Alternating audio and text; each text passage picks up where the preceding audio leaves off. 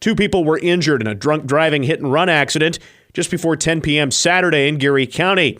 The Kansas Highway Patrol reported a car driven by Samuel Mertens, 40, of Kearney, Nebraska, was westbound on I-70 and entered a construction zone between milepost 295 at the US 77 exit and milepost 300 at the Kansas 57 exit.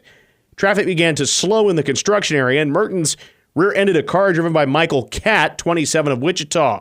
Mertens continued to drive after hitting Catt's car. The victim then trailed behind the suspect, providing updates to dispatch as the suspect continued westbound.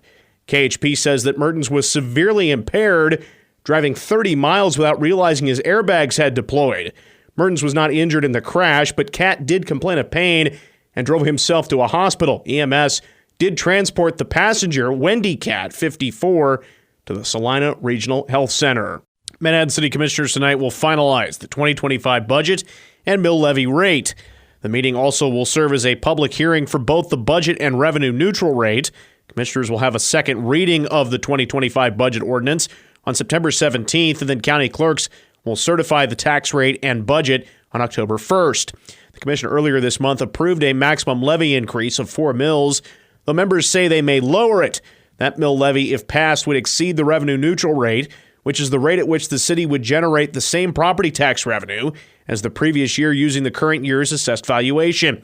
Officials have said the increase on the mill levy is intended to help close the $4 million gap between expenditures and revenues in the general fund. Commissioners on Tuesday also will consider amending the Manhattan Development Code.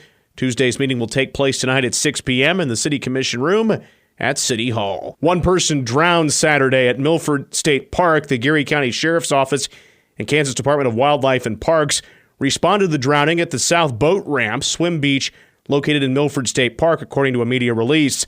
Bystanders located the individual, who was reportedly under the water for more than 10 minutes, and began to perform CPR. Upon arrival of the EMS, the individual was pronounced deceased. The sheriff's office has not yet released the name of the victim. More on the day's headlines can be found at our website, newsradiokman.com and themercury.com. Good morning, I'm Troy Coverdale with your sports headlines. K-State's defense was dominant Saturday night, limiting UT Martin to just 36 yards rushing and only 134 yards total in a 41-6 season-opening win.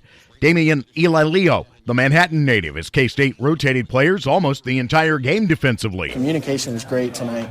Our communication was awesome with all of our personnels and all of our checks.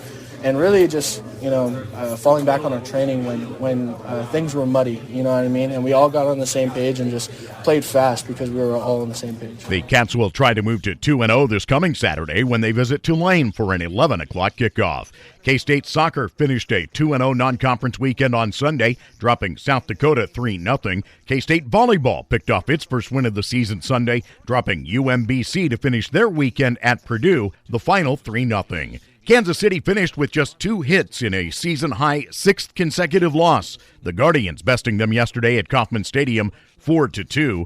Lane Thomas and Josh Naylor each had 2-run homers for the AL Central leaders, who won for the 4th time in 5 games. Same 2 teams tonight. Tanner Beebe goes for the Guardians, Brady Singer for the Royals. It's a 6:40 start with coverage on News Radio KMAN getting underway at 6.